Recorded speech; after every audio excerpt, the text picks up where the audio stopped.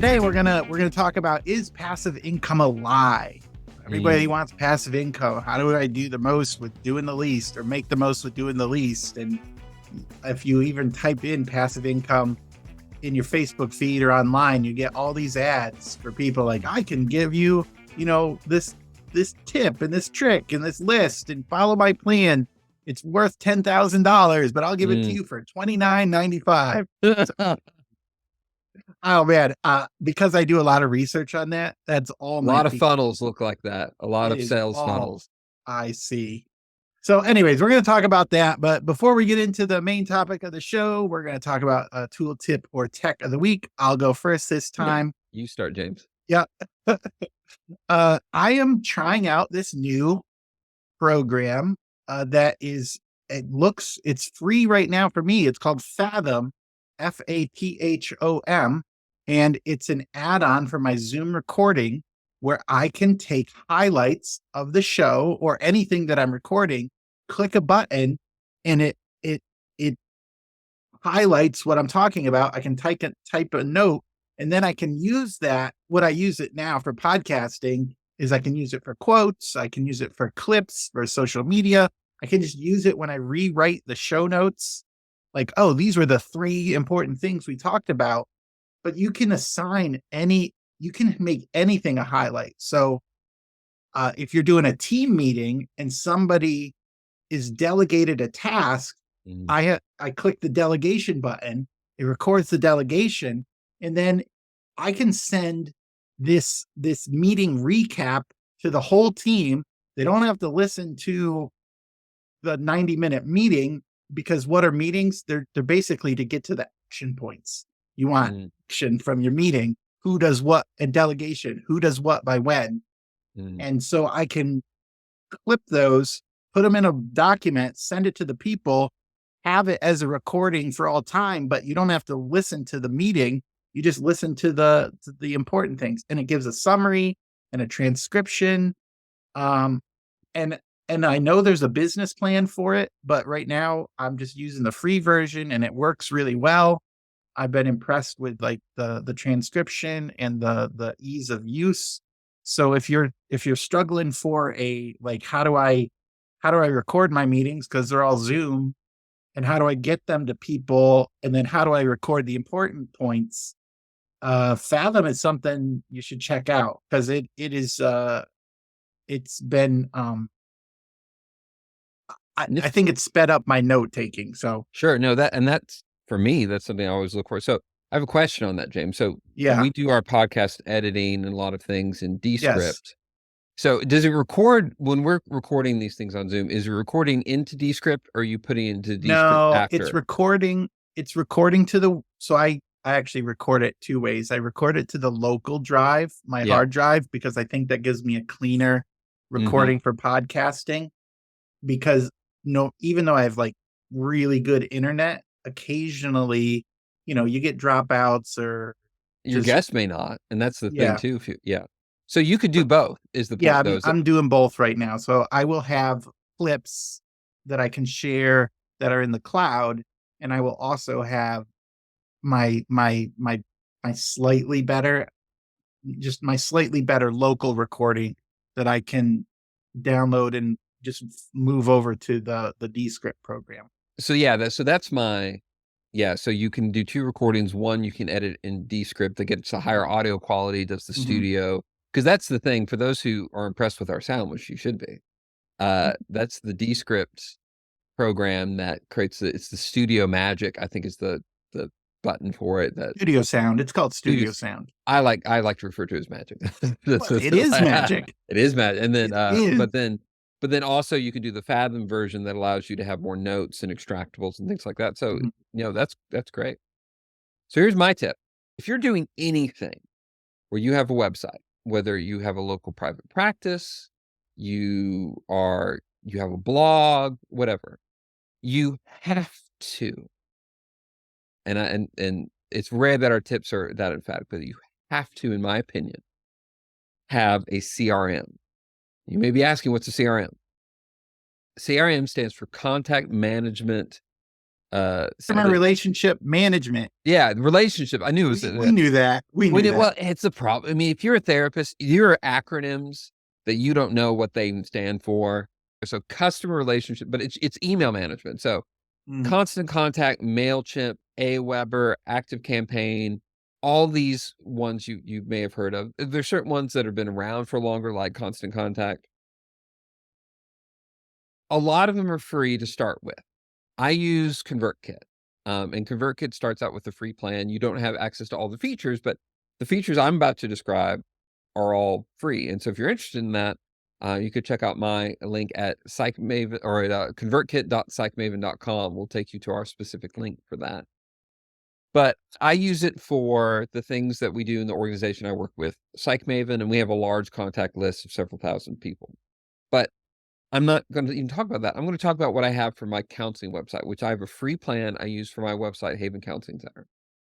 And all it is you go to the website, and I have a common question I get is for resources that may not be internal to our counseling practice. And I do a lot of our referral management for the practice because we don't have a reception person. And so a lot of that is stuff that I do. And so sometimes people will inquire in the practice and they want somebody who may not have an opening in a specialty. They may be looking for somebody to see a young child, and we don't have any of our children therapists with an opening, or they need somebody who will take a certain insurance that we don't do, or they're wanting medication management or inpatient or residential addiction treatment, any number of things that people may reach out to you for that I don't personally do or our practice doesn't. So what I ended up doing was I created a PDF guide of resources of referrals that I often give. It's a downloadable, and I have it connected to my CRM. And so if you go to our website, which is havencounselingcenter.com, you'll see one of the things on the main page is it's called the Knoxville Mental Health and Counseling Guide.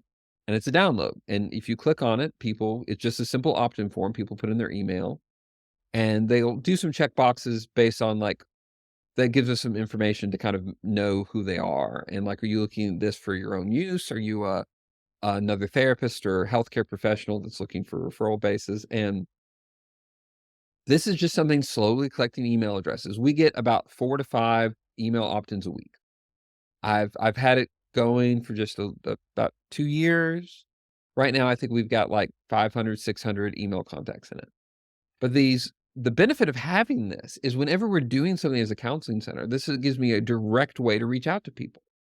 And so whenever we hire a new therapist or somebody all of a sudden is starting a new group or there's openings, that's one of the main things I do is I'll send an email. I'll say email will be immediate openings, new trauma-based therapist with Haven Counseling Center. And it always leads to inquiries. And it doesn't cost me anything. This is a free plan I'm using for ConvertKit in this. But to be able to, I look at this and I've only been using this in this way for my counseling center for this point less than 2 years. And it's just kind of slowly collecting things over time. If I had had this going for the entire time I had a counseling center, I'd probably have, 1,500 contacts at this point. And how valuable would that be to my business when we hire a new therapist or we're starting a new group or someone's leading a retreat?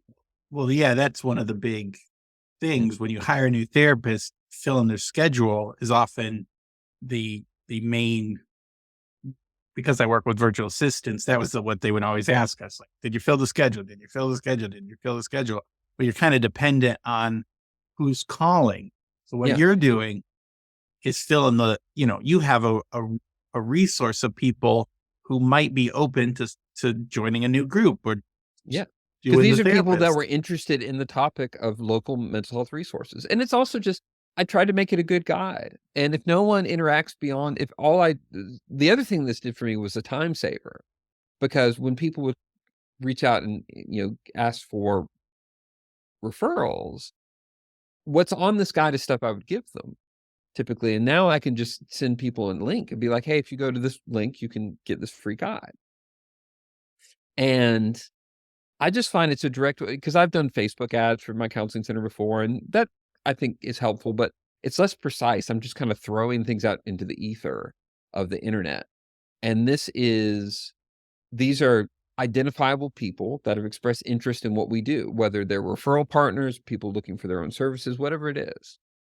And it's been, but this is, again, I want to highlight it. This is free. So there's absolutely no reason not to do something like this. If you're a local counselor, or if you do anything related to mental health, and if you have anything of value that you could give away for free that people would want to opt in for, that could then help you build a contact list, because the contact lists are the most invaluable thing in scaling a business. Mm. It is, you can have the best product in the world. And as somebody that puts on online courses, I have people all the time come to me with something that they think is just a dynamite course idea. And sometimes it is. The problem is, who's going to buy it? People have this idea. It's sort of, I've seen this for people in fiction writing. They have this idea for a book, and they have this, idea that I can write this amazing story and people are just going to buy it. And that's not generally true. That's not how the publishing world generally works. Yeah, the best course in the world with 0 students is going to make $0. Is make 0. You can have the most brilliant.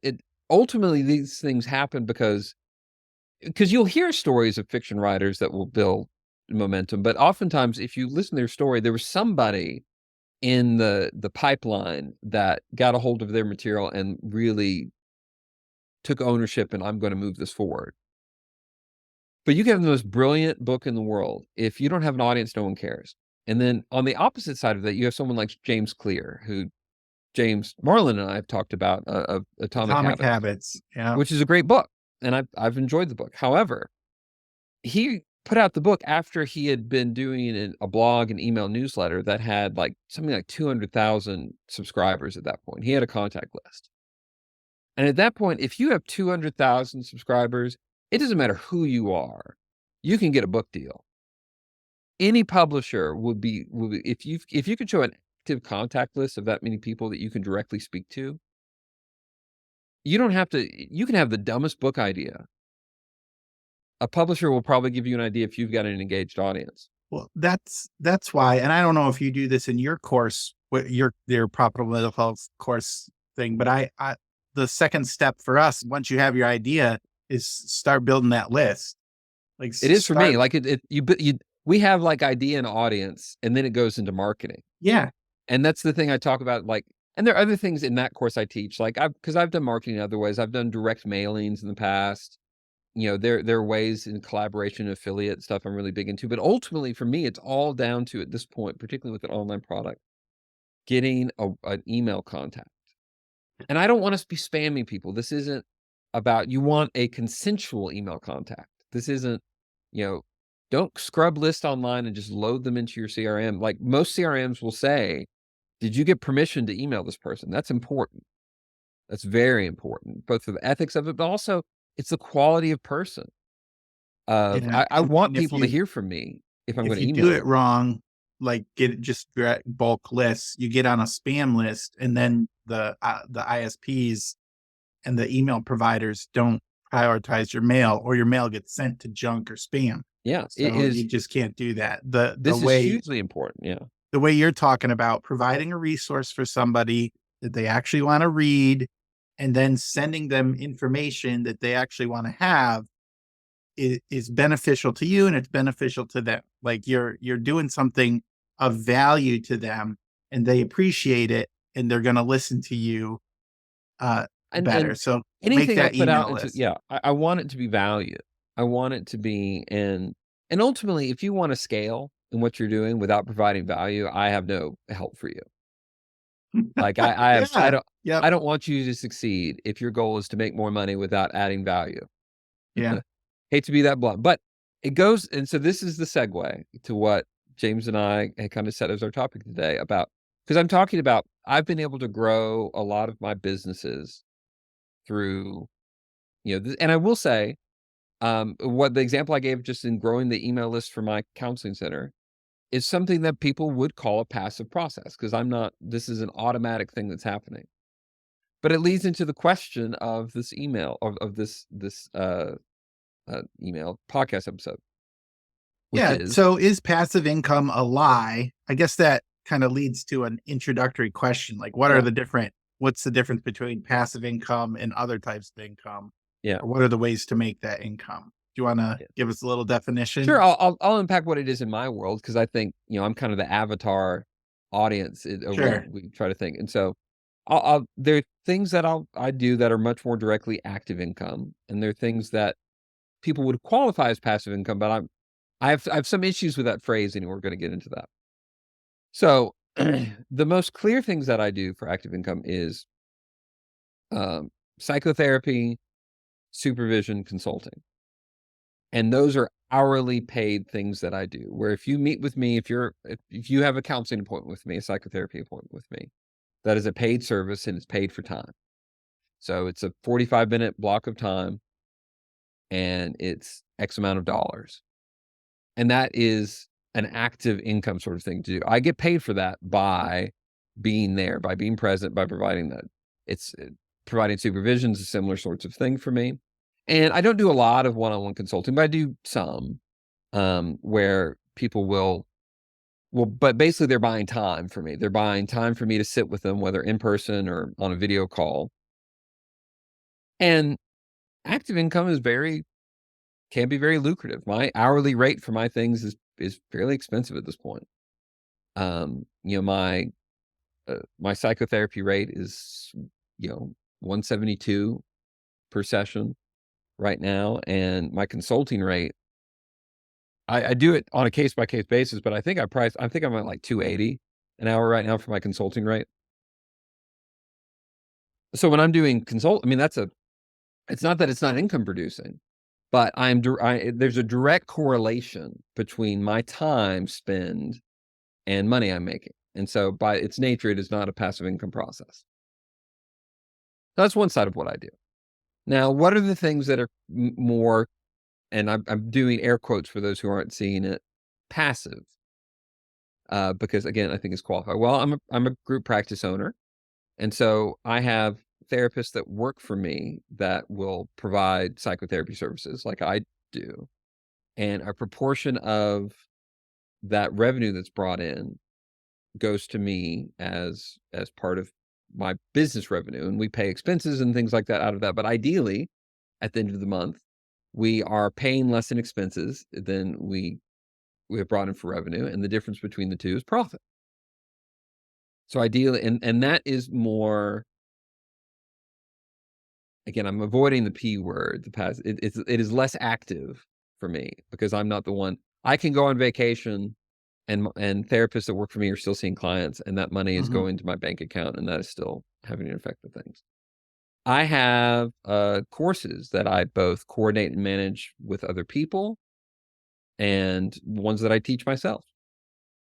And I'll give an example of even how this works right now. Like James and I, we recorded an episode this morning. We took a break and I checked my email in between the break before we jump back in the recording. And I realized I sold a course. I sold a course that sales price multiple hundreds of dollars. And that is money that was through an affiliate. So that means the person who facilitated the sale, they get commission, they get a portion of that course sale. And then their credit card fees and sales tax and things like that come out. And then the rest goes into my bank account. Now that sale happened when James and I were recording our first episode this morning. So in that sense, people would look at it like, oh, that's passive income. So those are the two kind of categories in my life of things I do that fit into different things. So that kind of like, let's talk about the title. Is passive income a lie? Because you're trying to avoid the P word, the passive income. Yeah. So is it a lie? Kind of. And here's the thing. It depends. It depends. It depends. That's the therapist answer. It depends. Here's the thing. It's how we talk about stuff and how they're honest actors in the field that talk about passive income that I think are spot on with it. Big shout out to Pat Flynn of the Passive Income. That's his brand, is Smart Passive Income. Smart Passive Income, his blog, his Smart Passive Income podcast. I love what Pat Flynn has to offer into the world. And he's using the P word, and I have no criticism there. Because it's ultimately what people are looking for. I think it depends what people mean by passive. And I'll give two different examples. James and I, James in his brand Course Creation Studios, part of what he's doing is helping creative types, a lot of them in the mental health space, find ways to monetize their expertise, their knowledge into things like online courses, memberships, things that is what James does. And James and I were talking pre-recording about what's the dynamic for people, because oftentimes people will approach and they have this idea of kind of this automatic process of like, I can just, here's this thing I do or a thing I know about, and I can just make money offline, right, without having to do anything. And that's what some people approach. That's what they think passive income is, where I can just kind of throw something out there and the internet will just give me money. And that would be nice.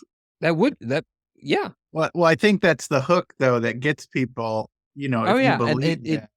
It is. And when I kind of approach people with things, I want to be clear, like, that's not the case. Like, the internet is not interested in just giving you money just because. Yeah. So then the question, well, what is it? And I guess here's the phrasing I like better than passive income. I believe very much in invested income. I have to work for it. Now, the proportion of the work can be different. In that sense, it kind of works like a lever and pulley sort of thing. That, if you're doing a pulley system, the amount of force that it takes to lift something changes versus straight lifting something. And there's a sense of scaling that can happen, that you can create a machine that can do things more faster, more efficiently than you could do without the machine. You're putting in effort, but the outcome is greater than what you. Yeah. So there's absolutely ways to leverage things, and leverage things in a compounding way that you're having less input for greater output. That is absolutely possible. So how does a therapist do that?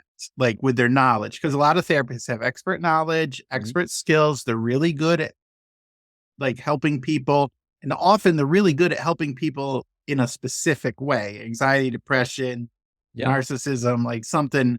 They're good at a specialty. So how do you leverage that knowledge? Because let's say the one-to-one, like you meeting one person at one time, that's the heavy work. It's still, that's not a very leveraged time. That's just lifting it straight up versus that's like So what do you do? Well, let's talk about expectation setting first. Okay, I think that's the first thing. Let's cover that, and let's get say back to that. Like, it's going to be work, and if you expect it's going to be work, everything else gets a lot easier. If you're going to make a pulley system, that's going to take work to create the pulley system. Sure. The outcome will be, it will make it easier to lift things. If you create an irrigation system for your garden, that's going to take work to do. Now, the end result may be you don't have to spend as much time watering afterwards, but it will take work. And sometimes it will take more work up front. But that's why I like the term invested, because you're investing at a certain point in the idea that it will give you return. So I gave the example of selling this course. I didn't do anything in that moment to sell that course, but I did lots of things beforehand. For one, I created the course that the person bought, which was, tens of dozens of hours just to even create the course, to write the material, to teach it, to record it, to edit it. And there was years of experience and knowledge that went into making that course. And this particular sale happened from a webinar I did about a week ago. Now, that webinar, I taught it, and that was a live thing. Now, this person, I'm guessing based on the timing of their sale, watched the replay of the webinar. Now, that's a pulley work too, which was, but that's less. And that's, but so expect work. I give this example that I like. The comedian Kevin Hart, in one of his stand-up specials, it's showing his kind of pre-performance ritual. And he's with several of his friends backstage who are part of his kind of organization. And he's in it. It's kind of like a pregame thing, like an athlete before going out to play a game. And they're in a huddle, and Kevin Hart's in the middle, and he's doing this call and response with his guys that are around him. And he's saying, everyone wants to be famous. And their response is, but no one wants to put the work in. He said, everyone wants to be famous, but no one wants to put the work in. And my adaptation is that everyone wants passive income, I've never met anybody that doesn't want passive income.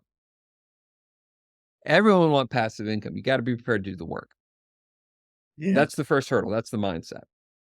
Past that, it's thinking of what makes the most sense to leverage, because certain people can leverage certain things better. What makes the most sense of what you have to offer? Hiring other therapists is a different leveraging process than, say, creating an online membership or an online course. You may ask the question, which is better? And I'll give you the therapist answer. It depends. It depends.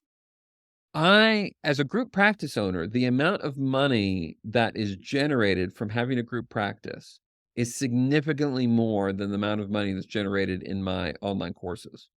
Significantly. But the expense and time is very different. Most of a much higher portion of the money I generate as a group practice owner goes to expenses, goes to paying therapists, goes to paying, building utilities, goes to paying mortgage, goes to paying and so the profit margin for that is smaller as a proportion of the income. It also takes different skill set. Managing people and managing technology is different. And I don't feel great at either, I'll be honest, in certain bits, but there are pros and giving instructions to a person that it has a thinking mind that is intuitive, that can be self-directive, is very different than when I'm creating an email funnel, because I have to write out every step. And up front, definitely that's going to take me a lot more work.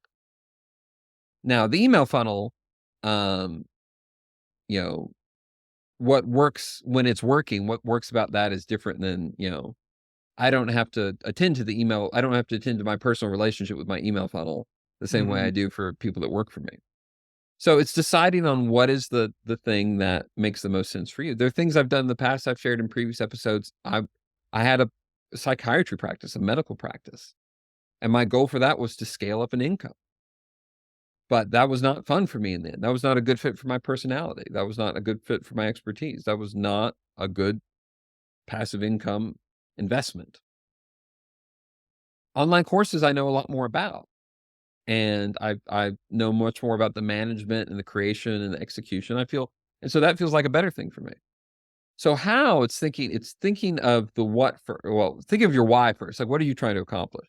And if what you're trying to accomplish is you want to be able to leverage up your income potential over time, because I'll go to my tip at the beginning, talk about email list.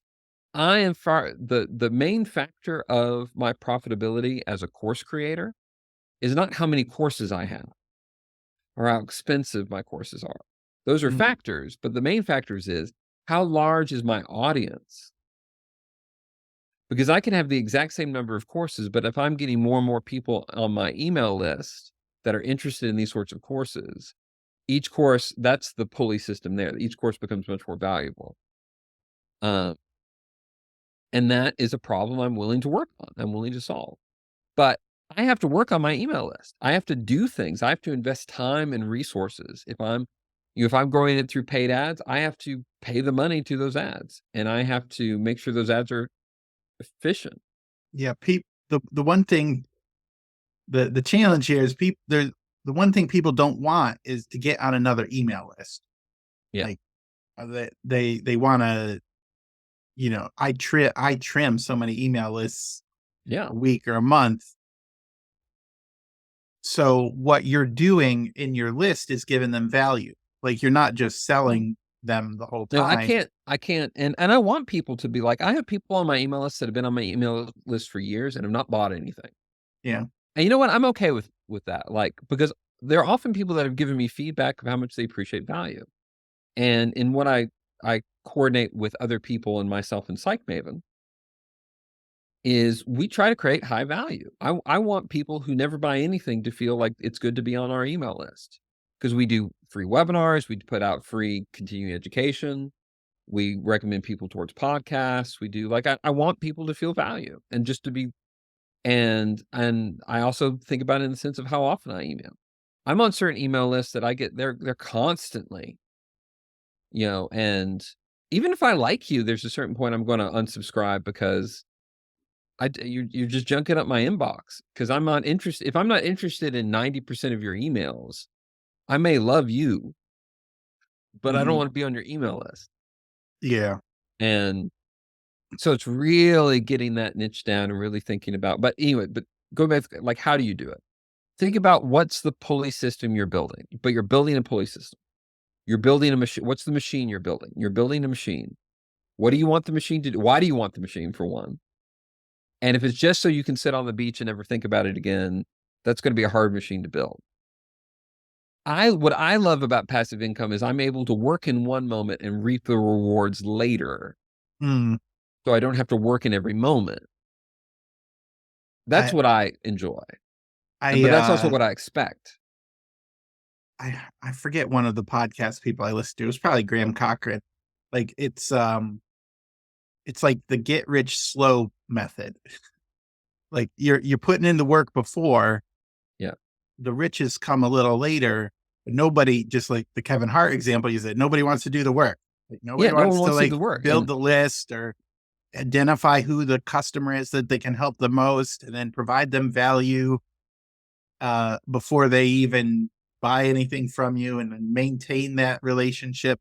Nobody wants to do that work, but that's actually the work that makes the passive income machine work.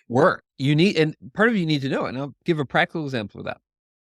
My friend Bill O'Hanlon, who he teaches with PsychMaven, he has his own email list that he's been working on he started in Constant Contact back when that was like the only option. And he was smart. He started building an email list a long time ago. He's got like 40,000 people on his email list. If Bill just gave me his email list, would it be valuable to me? Absolutely. However, I don't have a relationship with his email list like he does. And that machine would not work well in my hands as it does in his hands, because he can write an email and send it out to his list, and like they connect with him because they want to hear from him. They signed up to hear from him. When I'm emailing people, because I'm the one that, if it's a person, if it's an individual person that sends an email out from PsychMaven, it's me. Though as an organization, sometimes we send stuff out, but I'm much more connected with the list in PsychMaven because I've been a part of the process as it's being built.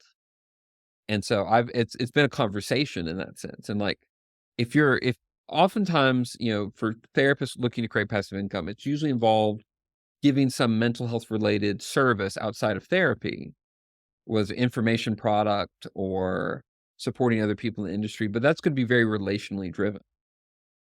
You can create more spaces and greater capacity, greater leveraging for that relationship space.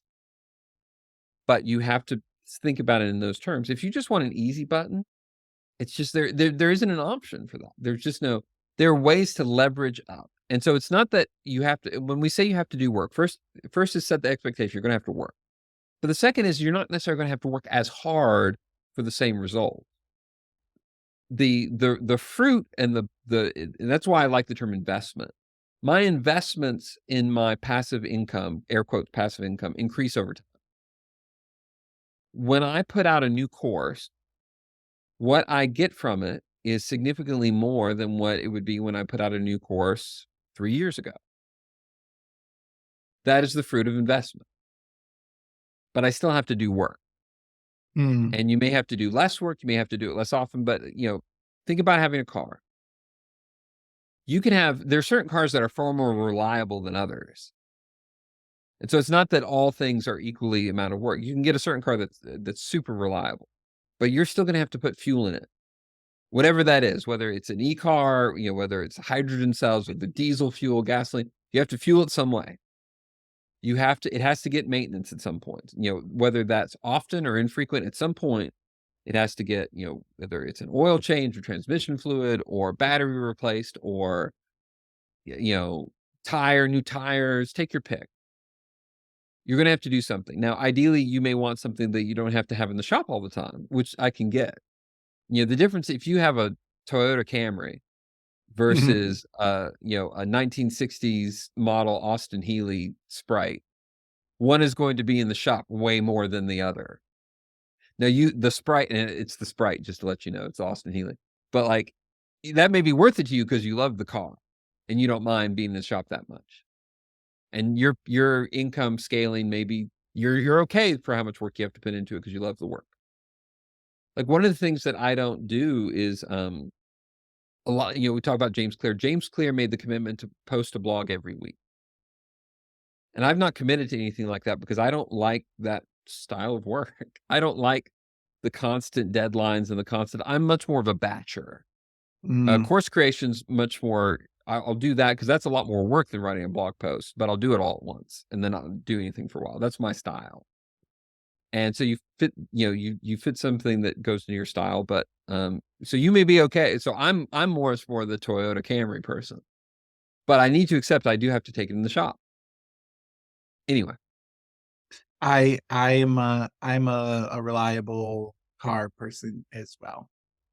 All but right. you shared in a previous episode, James, about like that you had to learn that your father-in-law gave you the advice of Yeah, that you were don't buy buying the cheap car. cheapest. Yeah. Yeah, that you were buying the cheapest car, and it ended up creating more work for you. And sometimes people will do that too. They'll create the I I'll I had somebody who had I was coaching and creating an online course, and she was wanting to put out a paid webinar initially, and she wanted to put out this paid webinar to cold traffic. And she said, "How much would you pay for this?" And I said, "I think you need to do this short thing as a free thing." She got very defensive and she's like, I'm done doing free stuff. I don't want to do one more thing. How much would you pay for it? And I said, nothing. That made her even more. And I said, I'm not going to pay anything for it. I go, I don't know if it's any good. I don't know if I'm that interested in the topic. And I even have a bit of a relationship with you. If you're asking me if I'm some random person on Facebook that sees your ad, I'm not going to pay anything for it. Now, I may opt in for something, and then the payment of that is my email address, and you can nurture. But I give this as an example because people will, you have to be willing to put into the work to really nurture the relationship with somebody if you want them to be a certain sort of customer. And you're going to have to put in work. Just decide, you can decide where and how often and in what way. And over time, that allows you to leverage. The pulley system gets much more leveraged, and you can lift a whole lot more with a whole lot less force over time. But you never eliminate the work completely. Right. And you can just decide, like, what is it? Do I want to build a very complicated pulley system? So if someone says I run a really simple pulley system that has the maximum amount of weight lift, that's not how pulleys work. No, the simpler the system, the less it can benefit you. If you want to build a more complex system, you can often decrease your work over time more. Anyway. Perfect. All right.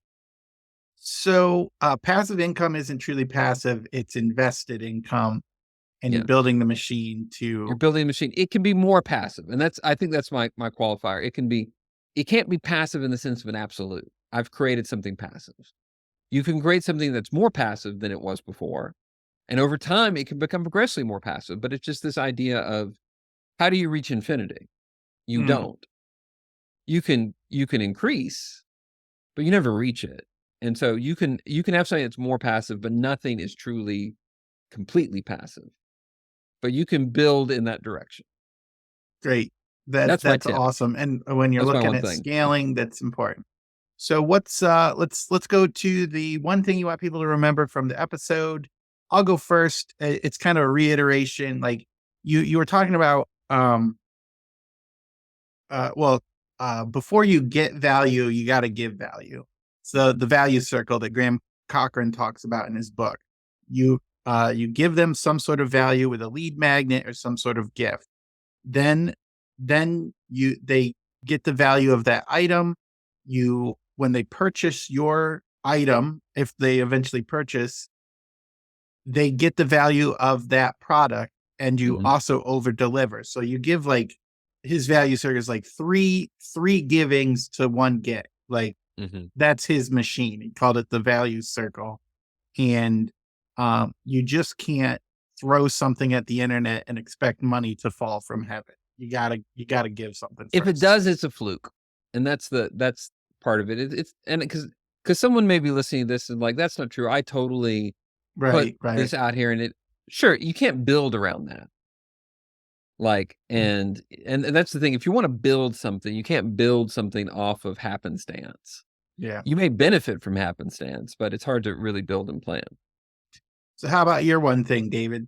Um, to piggyback real quick on the value thing, it is the to do the value matters, because I was just looking up one of the most bits of feedback that I really appreciate that I was given from a student of mine who had gone through some free things, had bought one of my main courses, and part of the course involved a one-on-one consulting. Rich Gallagher, LMFT, teaches on social anxiety and other things. And this was really cool because he was somebody who had done a lot of teaching in his career, but he was interested in some of the solution I had to offer. But one of the things he said, he goes, "I love your free stuff. It's all meat." And he goes, I attend other free things and it's all fluff. And I really was touched by that feedback, because that's one of my goals. I don't want somebody, it's sort of like, I hate swag that's cheap. Like if you're, cheap pins, cheap key, whatever stuff that people will do. If it's cheap, don't do it. I like good swag. And when somebody has it's a good pen, it's and I appreciate that they spend a little bit more money, or it's something that's actually going to be useful. Or, I've got this water bottle that I got at a conference. It's this glass water bottle that I love. I use it all the time. And if you're giving physical things, my advice is make it quality. And if you're giving digital things, make it quality. The fear is if I give away something good, then are they going to buy anything? Yeah. Well, the truth is that if you go to a restaurant and the appetizer's horrible, I'm not going to trust that the entree is any good. But if the appetizer is amazing, I've set the expectation that this is a good entree. It's going to be a good entree. And that's what I want people to feel when they do anything free that I put out in the world, is this was good. This has created an expectation for something better in the future. Great. So that's just me adding to yours. But my one thing is it's the pulley system.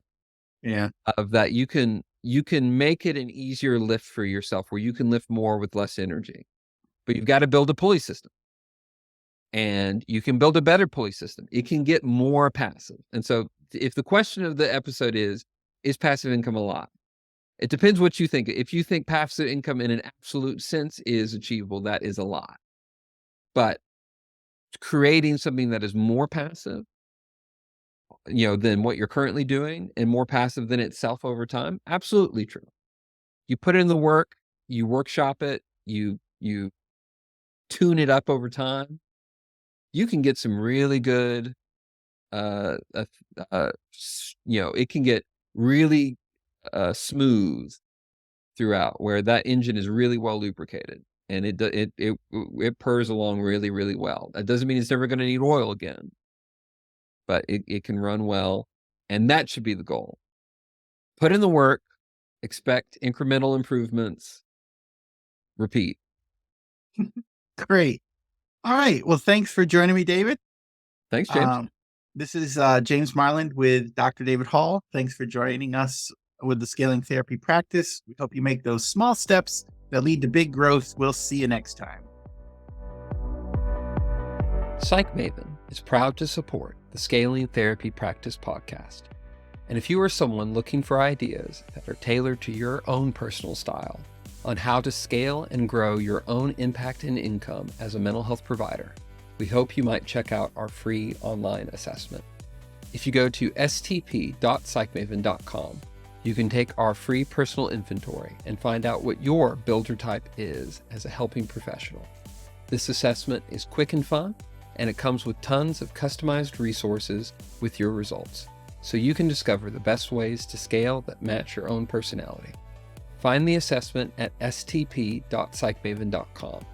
That is stp.psychmaven.com. Have fun with it. Thank you for listening to the Scaling Therapy Practice. I hope you enjoyed the show. I want to remind you that the content shared today is for general information and entertainment purposes only. It shouldn't be considered as legal or tax advice. If you need a professional advice in those areas, please consult with a licensed attorney or accountant. But thank you so much for listening. The Scaling Therapy Practice is part of the SciCraft Network.